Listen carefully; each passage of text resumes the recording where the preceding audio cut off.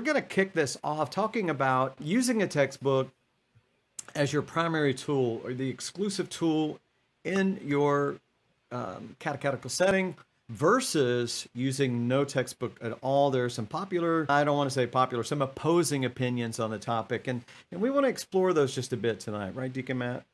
We definitely do. So when we're talking about the textbook as a focus, we're going to use the term primary focus. And then when we're talking about not having the textbook, we're going to say eliminating it. So you're going to hear those words come up. So let's just jump into the primary focus side of the argument. So first of all, if everything is about the textbook and you and maybe you have a co-catechist and your students are always in the textbook, the problem with that is it limits the amount of contact with each other. And I mean eye contact. I mean, everything that has to do with relationships. That was a hard word for me to get out, but I did it. Relationship. This is where we had a sound button that goes, boo. You're on the relationship. We'll get there. That's a good button too. That's always a good button. But anyway, it's pedagogically inappropriate to just keep our noses in a textbook during any catechetical session. Why? Because I would say half to more percentage of value in the lesson is what is shared between people based on the content in the textbook. So if keep that in your mind the next time you're thinking about your lesson and the textbook, we don't gather to read together. We want to gather to do something about what we've read. We can talk about it. We can debate it. We can do an activity around it, whatever it is. But we don't want to just gather to read together. And when the textbook's a primary focus, that's what tends to happen. And it takes the focus off each other. And why is that important? Because God's impacting everyone around us in the midst of the catechesis. This is the work of the Holy Spirit. And yes, it comes through the catechist, but it also comes through everyone else participating. And if our noses are in the book, we miss out. Question for you, Deacon Matt. Hit me. So why Not do you literally. So why do you think it is?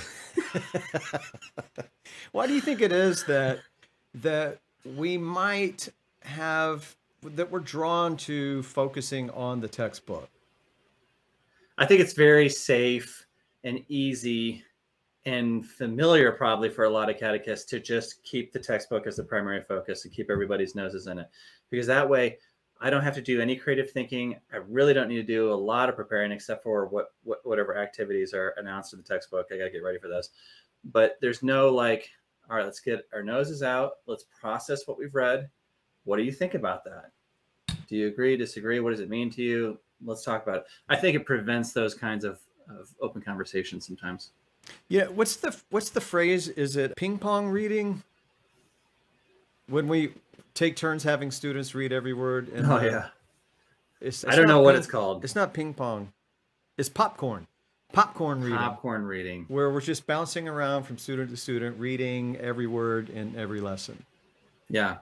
And again, like, it's not to say the content isn't important. Content is always important in catechesis. We need to not only have a witness during catechesis, a witness of faith, there has to be the content of the faith that's transmitted as well. But if we're just stuck in the words on a page, we're missing the grace going on in each other because we're not sharing what's going on in our minds and in our hearts. Okay. And we're going to talk about some approaches that might help you break some of those patterns that might be preventing the sense of a relationship and building community. So what other challenges are we facing if we're using the textbook? Yeah, so we talked about it really limits peer-to-peer interaction. Okay. It also keeps children kind of focused on their reading. And think about the different grade levels. What if you're in grade levels where reading is still a challenge? You know, then that becomes the focus of the lesson. And they're not even thinking about what the faith content is. And especially if you're doing the popcorn reading, you know, you got little Joey and little Jessica, they're like just trying to get through a sentence. So there's a lot to think about and a lot of potential limitations with staying in the text like that. Yeah, I think it leads to a potential, well, first of all, like you said, not really understanding what we're reading. because we're so focused on just reading words, maybe we're not picking up the context of what's being said. There's a lack of engagement with the students because the one reading is sort of panicking that I have to read out loud, and the other ones Right. are, wandering off mentally. So lack of engagement there during the session as well. Yeah, I'm the person back in, third grade who's like trying to hide so that the teacher doesn't call on me, and especially if they're doing, well, you're going to read this and read that. But, we'll leave that for the next section. I appreciate that. I was just thinking the same thing. Like, your time is coming, and so you want to become invisible. And that's what you're thinking about. It's like, how can I go to the restroom, please? Right. Okay, so we've got one very common scenario where the textbook is the driver. We feel a concern that we've got to get through the lesson content. We've got to get through this, and we've got to cover it, right? So we want to be sure to capture every word, and that makes a good catechetical session, that we were able to read everything in the book. But it doesn't leave a lot of time for activity. It doesn't leave... Right. I've heard catechists that say, we don't have time to pray at the beginning of the lesson, or at the end of the lesson. We've got to get through the content. And so it puts the catechist sometimes in a situation where they feel like there's really no time for anything else. It takes us all of that time to read this. So it can be a bit lackluster when it comes to truly inspiring people with the faith, sharing stories, getting to know each other, building a sense of community, getting excited about the content. Yeah, and think about, like, I don't think publishers design catechetical textbooks with the idea that every single word in the lesson is going to be read and focused on. Like, there's always a gist of something. There's always an essence of something. And that's what you want to hone in on as a catechist. What's the essence of this lesson or chapter? And then let's talk about it, versus being so focused on everything that's on the page and make sure we cover everything in detail. Can we start with, can we have an essence of the thing? Yeah, good point. Good point. So let's sort of flip all the way to the other side then. And let's think about the opinion that textbooks are in fact obsolete. And we really, they haven't proven to be effective in learning. And so we need to eliminate the use of textbooks. What are your thoughts on that? Yeah. So just like everything else in society and in the church, we tend to think in pendulums and react in a pendulum way. So instead of finding middle ground here, which we're going to talk about as the second part of our session tonight, people are either on one pole or the other. Textbooks are great. They're a primary focus. And here we're talking about the other camp that says, get rid of them. And the worst part about this camp is some of the folks I know in it use the new directory for catechesis to justify that idea, saying that there's no room for textbooks anymore because the directory for catechesis talks about the classroom model not fitting everybody. No one size fits all. But that doesn't mean that there should not be some kind of primer or some kind of resource or source book or textbook or something that is helping to guide the conversation along and provide systematic instruction. And that brings me up to another point, which is that catechesis, as much as we focus again on relationships, accompaniment, peer-to-peer witness, St. Paul VI said it well. Yes, people want witnesses more than teachers, but he's also the one who said in his teaching about evangelizing in the modern world, catechesis has to be systematic. There has to be a thoughtful, methodical approach to the mysteries of the faith. And textbooks help us with that. So the first thing is, without textbooks, you lack structure. You lack that systematic approach. You end up with these kind of disconnected conversations about the faith that don't necessarily lead anywhere. So you can have all the witness in the world, but if you're missing that systematic component that a textbook can facilitate, I think your catechesis is lacking. And that's not just my opinion. That's St. Paul VI, that's St. John Paul II, and everybody else since then. Yeah. Still counting. Yeah. Still counting. What you're saying rings so true to me. And it's really interesting because what is the first thing that I hear that people are doing when they decide to not use a textbook is they're trying to create some sort of structure and system to put in place of the textbook, which is already providing that for you. So they're compiling resources. They're trying to outline what content that we need to, address, cover, if you would, present, might be a better term. What resources and and they're ending up building the very thing which is, I you know, I don't want to be controversial or critical, but I would Yes, you just say do. it's very difficult to reproduce what a textbook does contain and present to you as a parish or a school or, you know, as a program. So the Yeah. irony, I think, is that when we decide that textbooks are ineffective because of the structure of the printed bound book, the irony is that we're still trying to put together some sort of systematic presentation of the faith and develop some resources and pull those together that we can distribute out in so many pieces instead of in one neat textbook. So I think that's interesting. Yeah, I do too. I think you're absolutely right. And I think what's really interesting too, and maybe we need to qualify this, is that if you're not using a tech, we're not saying that you have to just use a textbook or that textbook is the only medium. We're saying that this could also be something digital, or this could be video, whatever it is, something that is systematic and leads you through talking points, through lessons, etc. So it doesn't. We're not up here lobbying for print.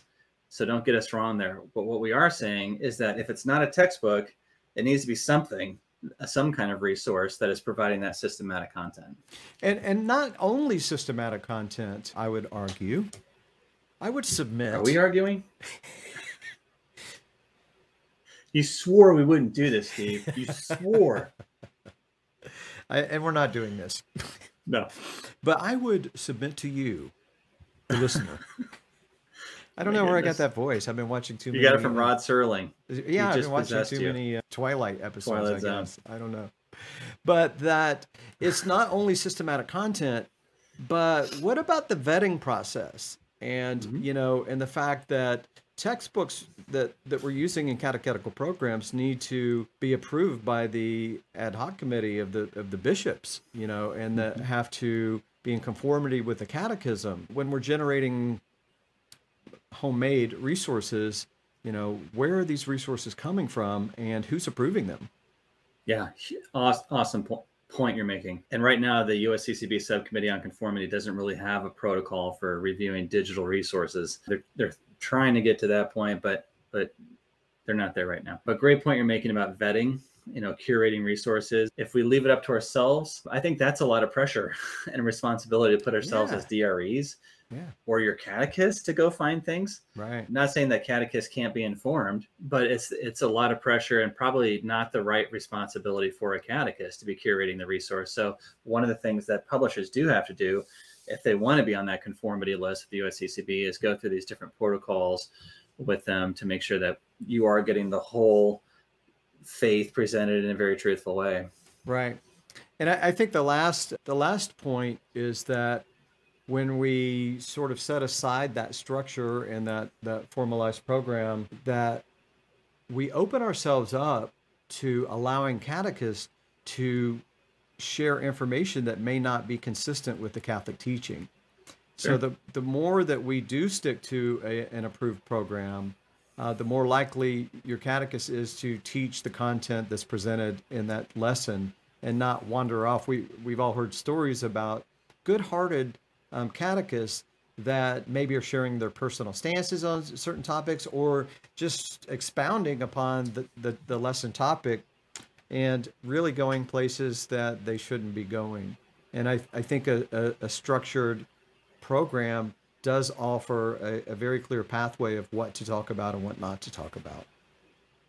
Well, and also think about not just protocols and conformity, like with the USCCB subcommittee, but also Catholic publishers also think about the audience and have professionals on staff that write to specific grade levels, writing with the idea in mind or persona in mind. What is a fifth grader going through in their life? What is their aptitude, generally speaking, and other sorts of criteria like that are factored into to not just create a readable text, or if you're using a digital resource, a readable resource or something, but also to make it engaging for that specific grade level. So those are things to consider too. Yeah, I think what I'm hearing you say is we've taken the audience, we publishers take the audience into mind and develop age-appropriate resources that are really geared toward that learner and their particular age. Especially with the elementary students and even through the adolescents, they're changing so much, and we can actually tailor the size of the text, the print, the photographs, the images, whether presented on print or digitally, that can help meet the needs of where they are as a learner. So Right. when we set that aside and begin to collect resources, or as you said, curate resources from various sites, are they age appropriate? Are they really understanding who the audience is for that particular lesson? And take videos. I think videos are a good example. If you're a catechist, have you ever gone to YouTube to find a video to supplement your lesson? Maybe you want to just, share a few minutes of a video that helps to engage the children in your classroom. And so you go to YouTube and you search for that topic, and really, are you finding something that's too primary, maybe for preschoolers, or are you finding something, a very simple animation, or are you finding a lecture from one of our great Catholic scholars who are producing content that's way, way above the heads of the learners in your classroom? So it's very difficult. I think that example everyone can probably relate to. Print might be a little more challenging because how do we know? But a video, I think you can look at and say, well, that's way too advanced, or it's not on their level. Sure. Yeah. Let me give a quick example. Sure. It's a personal one. So when I was in 4th grade, maybe 5th grade, we had our pastor that decided on this particular day he was going to teach the lesson for Ari. And he's like, we're not using textbooks today. We're going to talk about heaven. And I'm going to tell you what heaven's like. Heaven is like, now imagine being a 5th grader. So that puts you at like 11 years old-ish. Heaven is like, the priest says, a mass that goes on forever. What do you guys think about that? Yeah, right. Let's have a discussion. Yeah, it's like, Oh, what? that sounds not great. A mass that goes on forever? Oh my, I don't know. Yeah, not the best example destiny. for that age group, right? Right. They're thinking it's a little long as it is. Could we make that a little shorter? That's hilarious. Yeah, well, and I'm sure that. Go ahead. I was just going to say, good example. Oh yeah. I can't. If you would think it would be impossible to turn off somebody from heaven, that's what happened.